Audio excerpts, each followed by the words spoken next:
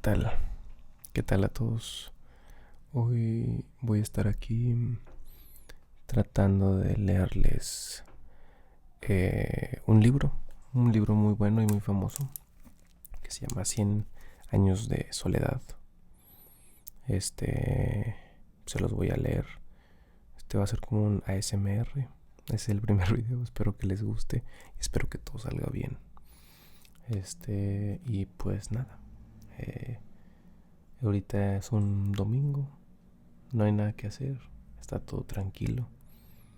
Y pues bueno, vamos a empezar, ¿no? Esta es una edición especial por el aniversario, tengo entendido. Está muy bonito, la verdad. Pero, al menos en este video no vamos a leer todos esos bonus especiales de, de esta edición especial, ¿no? Vamos a ir directo a la historia y empezamos, ¿ok? Bueno, 100 años de soledad.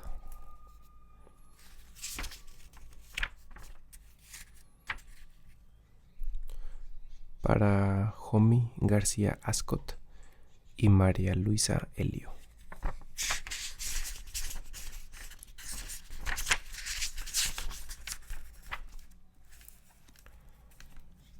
Muchos años después, frente al pelotón de fusilamiento, el coronel Aureliano Buendía había de recordar aquella tarde remota en que su padre recordó a conocer el hielo. Macondo era antes una aldea de 20 casas de barro y caña brava, construidas a la orilla de un río de aguas diáfanas, que se precipitaban por un lecho de piedras pulidas, blancas y enormes como huevos prehistóricos. El mundo era tan reciente que muchas cosas carecían de nombre, y para mencionarlas había que señalarlas con el dedo. Todos los años, por el mes de marzo, una familia de gitanos desarrapados plantaba su carpa cerca de la aldea, y con un grande alboroto de pitos y timbales daban a conocer los nuevos inventos. Primero llevaron el imán, un gitano corpulento, de barba montaraz y de manos de corrión, que se presentó con el nombre de Melquiades. Hizo una truculenta demostración pública de lo que él mismo llamaba la octava maravilla de los sabios, alquimistas de Macedonia. Fue de casa en casa arrastrando 2 lingotes metálicos, y todo el mundo se espantó al ver que los calderos, las pailas, las tenazas y los anafanes se caían de su sitio, y las maderas crujían por la desesperación de los clavos y los tornillos tratando de desenclavarse.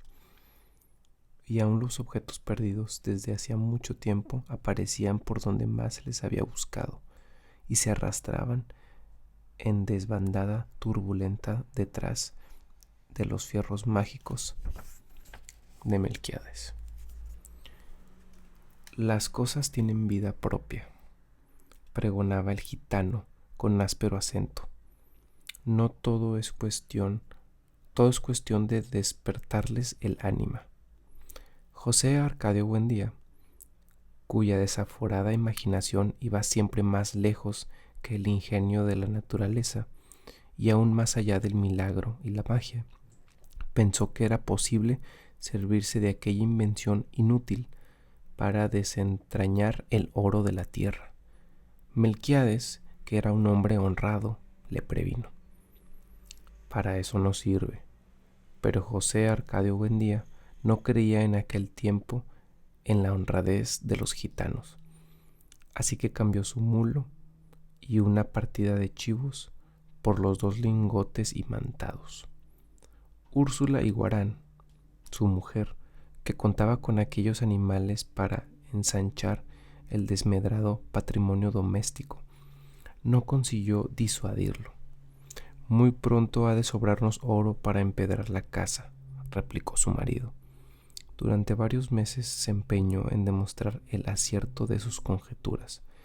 Exploró palmo a palmo la región, inclusive el fondo del río, arrastrando los 2 lingotes de hierro y recitando en voz alta el conjuro de Melquíades. Lo único que logró desenterrar fue una armadura del siglo XV, con todas sus partes soldadas por un cascote de óxido, cuyo interior tenía la resonancia hueca de un enorme calabazo lleno de piedras. Cuando José Arcadio Buendía y los 4 hombres de su expedición lograron desarticular la armadura, encontraron dentro un esqueleto calcificado que llevaba colgado en el cuello un relicario de cobre con un rizo de mujer. En marzo volvieron los gitanos. Esta vez llevaban un catalejo y una lupa del tamaño de un tambor, que exhibieron como el último descubrimiento de los judíos de Ámsterdam. Sentaron una gitana en un extremo de la aldea e instalaron el catalejo a la entrada de la carpa. Mediante el pago de 5 reales, la gente se asomaba al catalejo y veía a la gitana al alcance de su mano. La ciencia ha eliminado las distancias, pregonaba Melquíades. Dentro de poco, el hombre podrá ver lo que ocurre en cualquier lugar de la tierra, sin moverse de su casa.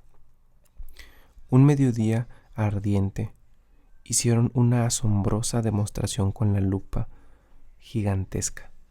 Pusieron un montón de hierba seca en la mitad de la calle y le prendieron fuego mediante la concentración de los rayos solares.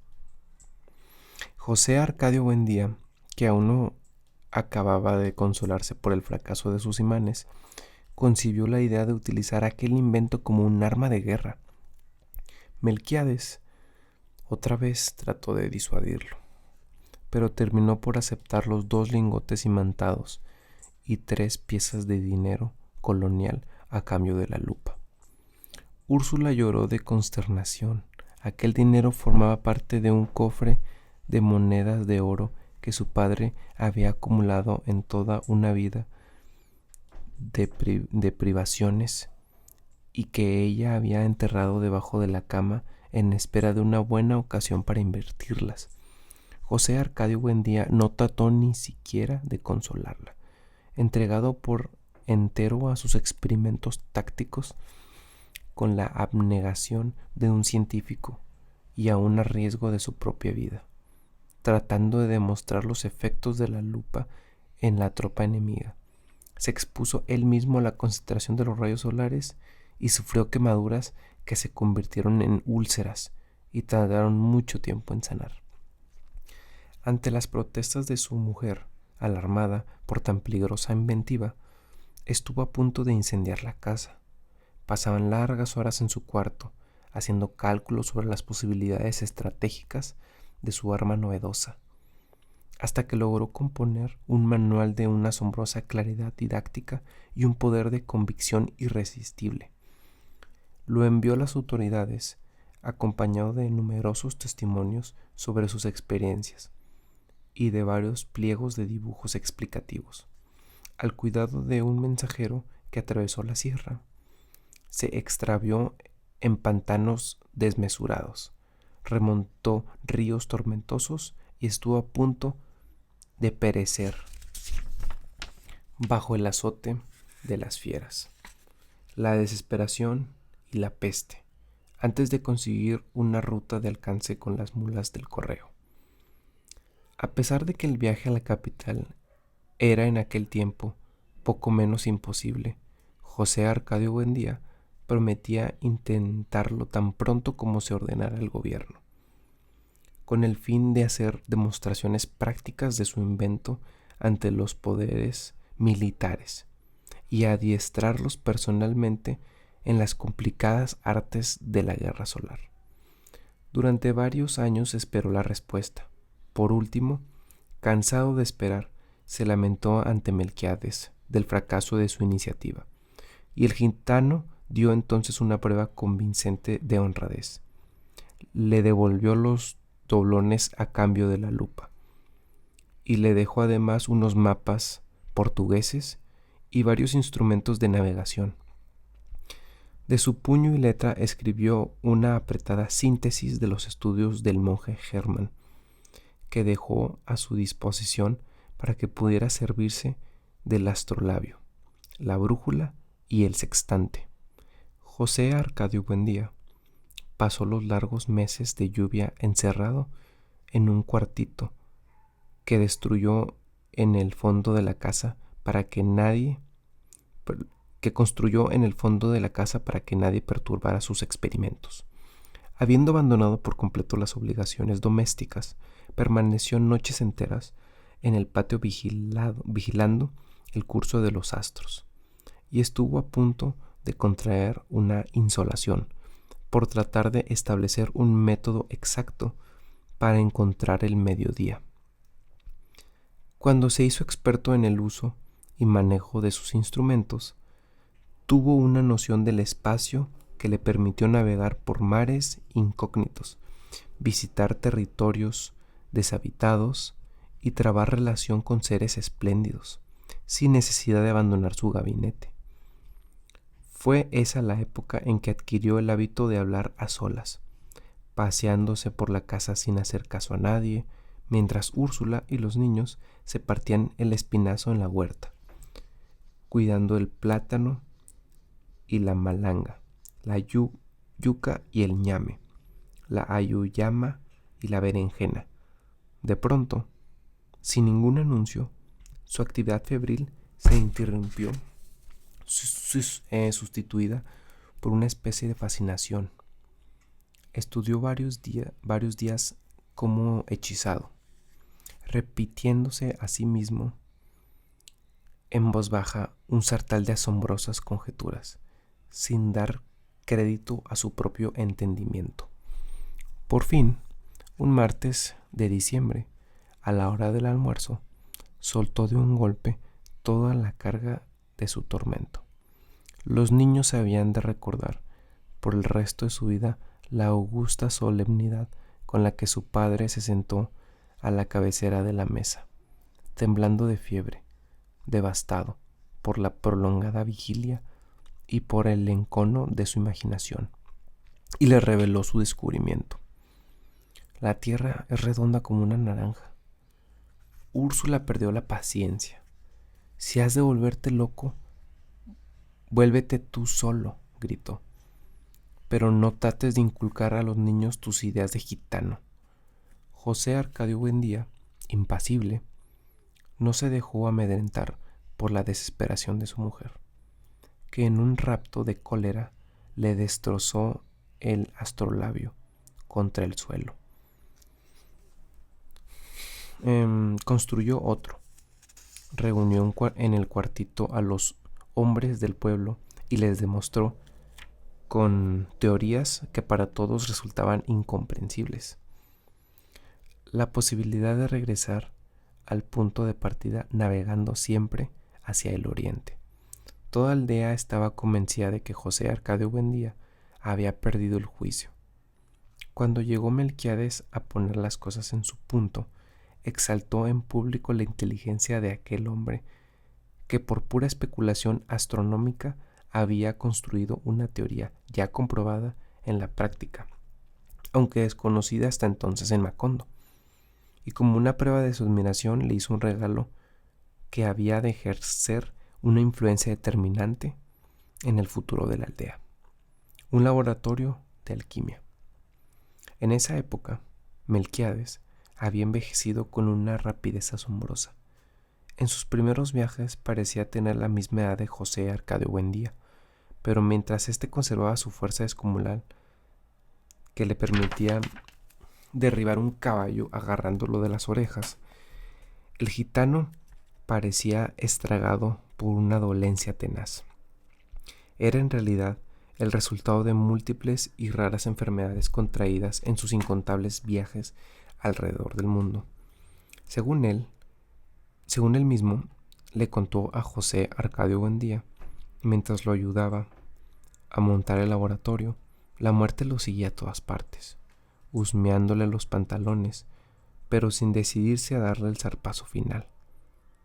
Era un fugitivo de cuantas plagas y catástrofes habían flagelado el género humano. Sobrevivió a la pelagra en Persia, el escorbuto en el archipiélago de Malasia, a la lepra en Alejandría, al beriberi en el Japón, a la peste bubónica en Madagascar, el terremoto de Sicilia y a un naufragio multitudinario en el estrecho de Magallanes.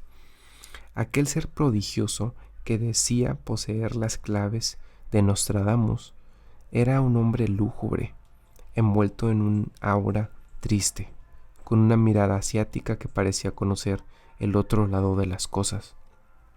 Usaba un sombrero grande y negro, como las alas extendidas de un cuervo, un chaleco de terciopelo patinado por el verdín de los siglos. Pero a pesar de su inmensa sabiduría y de su ámbito misterioso, tenía un peso humano, una condición terrestre que lo mantenía enredado en los minúsculos problemas de la vida cotidiana.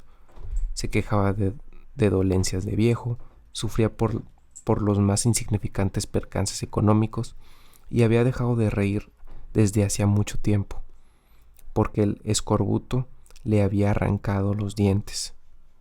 El sofocante mediodía en que reveló sus secretos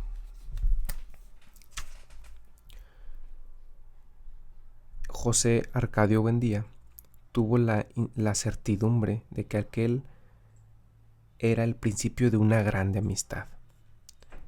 Los niños se asombraron con sus relatos fantásticos. Aureliano, que no tenía entonces más de 5 años, había de recordarlo por el resto de su vida, como lo vio aquella tarde, sentado contra la claridad metálica y reverberante de la ventana, alumbrado con su profunda voz de órgano. Los territorios más oscuros de la imaginación, mientras chorreaba por sus sienes la grasa derretida por el calor. José Arcadio, su hermano mayor, había de transmitir aquella imagen maravillosa, como un recuerdo hereditario, a toda su descendencia. Úrsula, en cambio, conservó un mal recuerdo de aquella visita, porque entró al cuarto en el momento en que Melquiades rompió por distracción un frasco de bicloruro de mercurio. Es el olor del demonio, dijo ella. En absoluto, corrigió Melquiades. Está comprobado que el demonio tiene propiedades sulfúricas, y esto no es más que un poco de Solimán.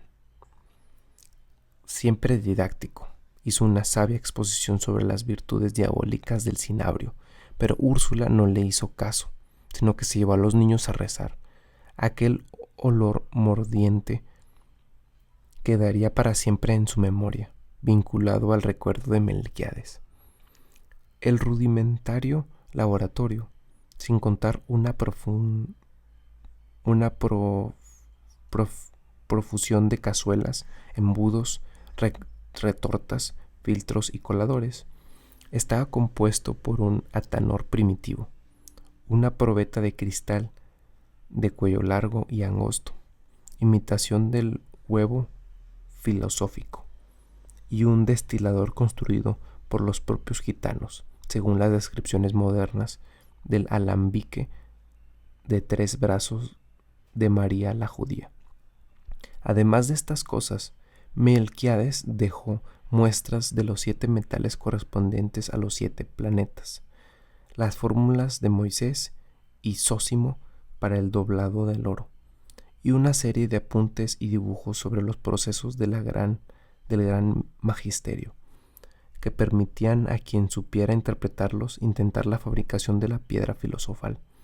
Seducido por la simplicidad de las fórmulas para doblar el oro, José Arcadio Buendía cortejó a Úrsula durante varias semanas para que le permitiera desenterrar sus monedas coloniales y aumentarlas tantas veces como era posible subdividir el azogue. Úrsula cedió, como ocurría siempre, ante la inquebrantable obstinación de su marido. Entonces José Arcadio Buendía echó 30 doblones en una cazuela y los fundió con raspadura de cobre, oro pimente, azufre y plomo. Puso a hervir todo a fuego vivo en un caldero de aceite de ricino hasta obtener un jarabe espeso y pestilente, más parecido al caramelo vulgar que al oro magnífico. En azarosos y desesperados procesos de destilación fundida con los 7 metales planetarios, trabajada con el mercurio hermético y el vitriolo de Chipre, y vuelta a cocer en manteca de cerdo a falta de aceite de rábano, la preciosa herencia de Úrsula quedó reducida a un chicharrón carbonizado que no pudo ser desprendido del fondo del caldero. Cuando volvieron los gitanos, Úrsula había predispuesto contra ellos a toda la población, pero la curiosidad pudo más que el temor, porque aquella vez los gitanos recorrieron la aldea haciendo un ruido ensordecedor con toda clase de instrumentos músicos, mientras el pregonero anunciaba la exhibición del más fabuloso hallazgo de los naciancenos.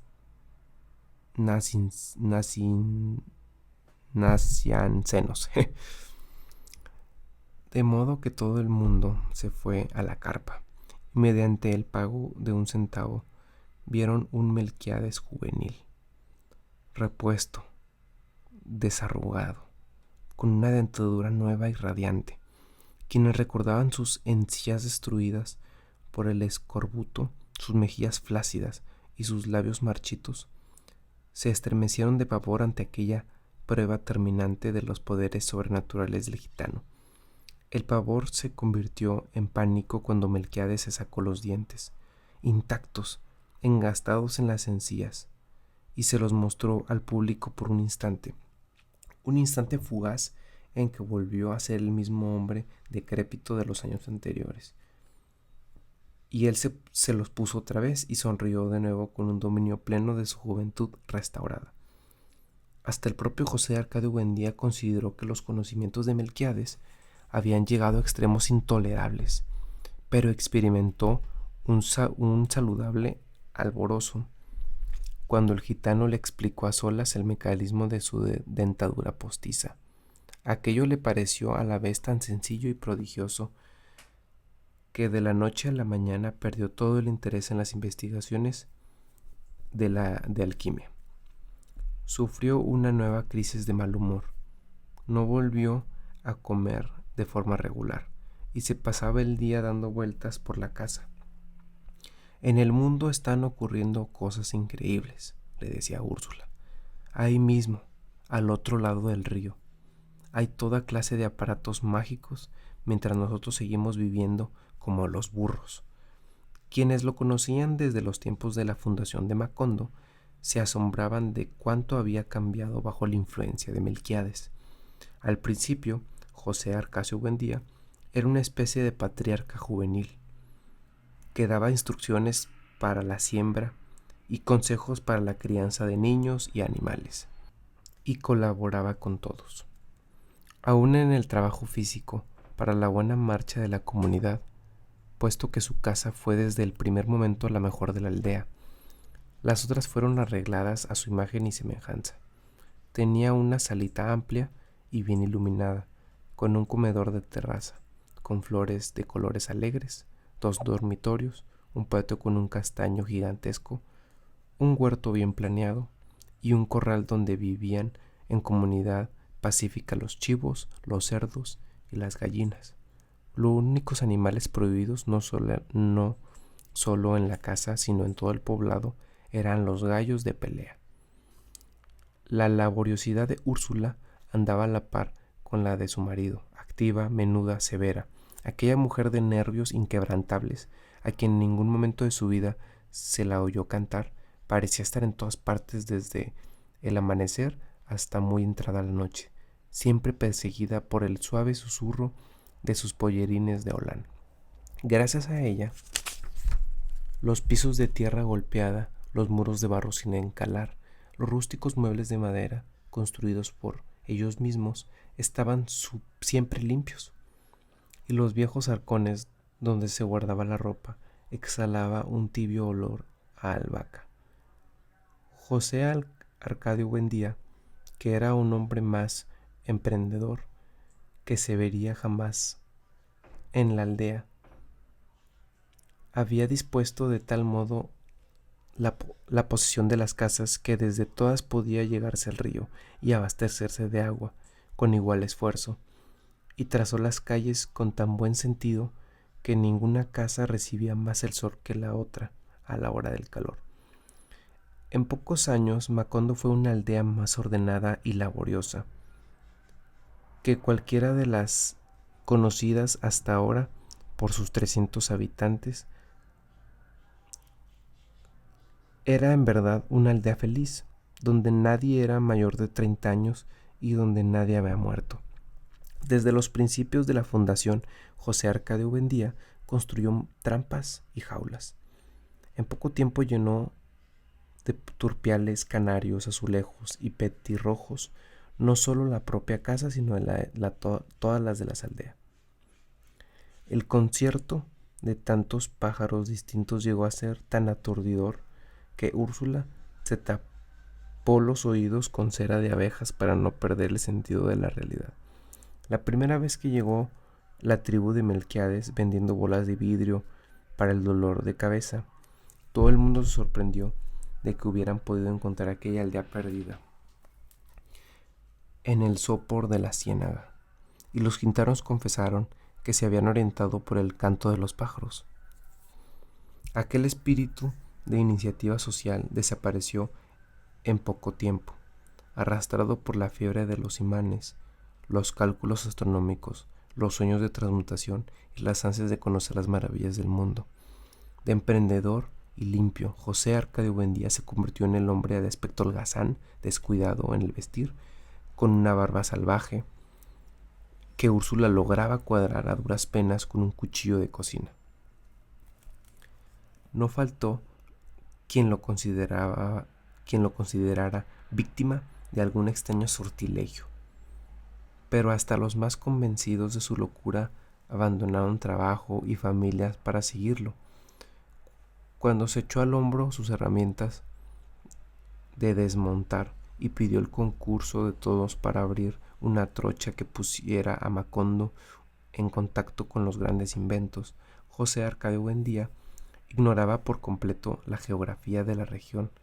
Sabía que hacia el oriente estaba la sierra impenetrable y al otro lado de la sierra la antigua ciudad Riohacha, donde en épocas pasadas, según le habían contado el primer Aureliano Buendía, su abuelo, Sir Francis Drake, se daba al deporte de cazar caimanes a cañonazos, que luego hacían remendar y rellenar de paja para llevárselos a la reina Isabel.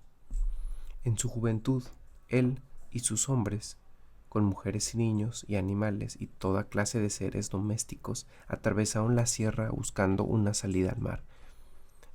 Al cabo de 26 meses desistieron de la empresa y fundaron Macondo, para no tener que emprender el camino de regreso.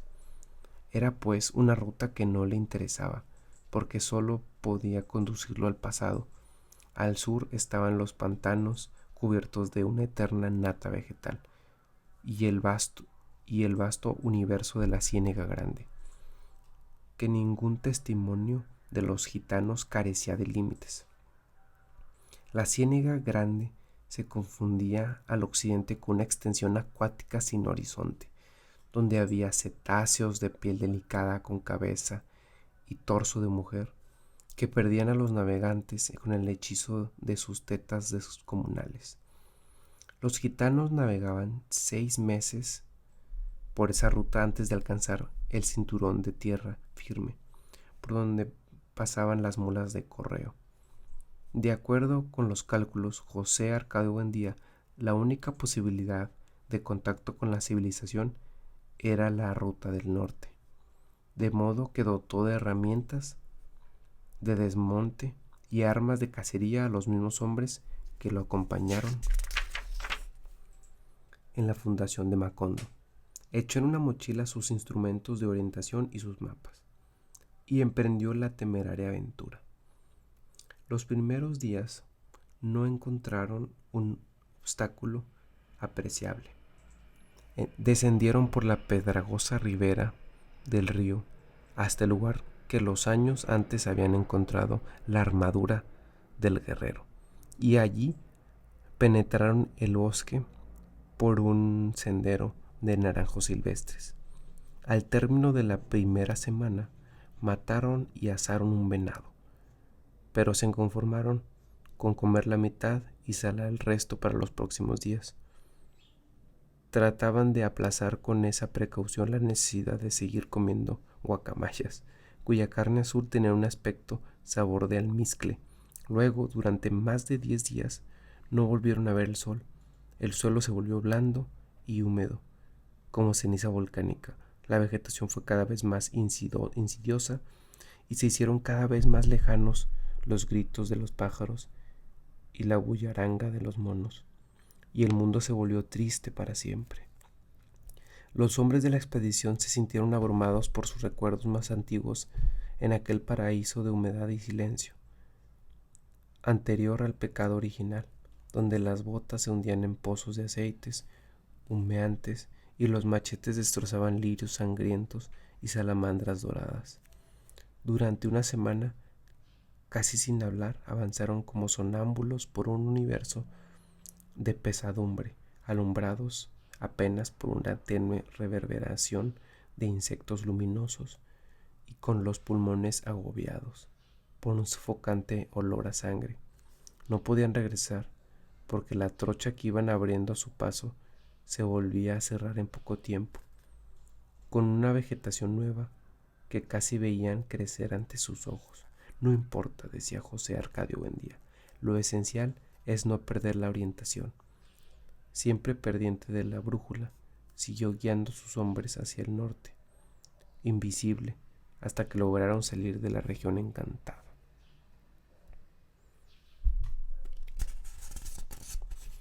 Hasta aquí dejaremos el primer video.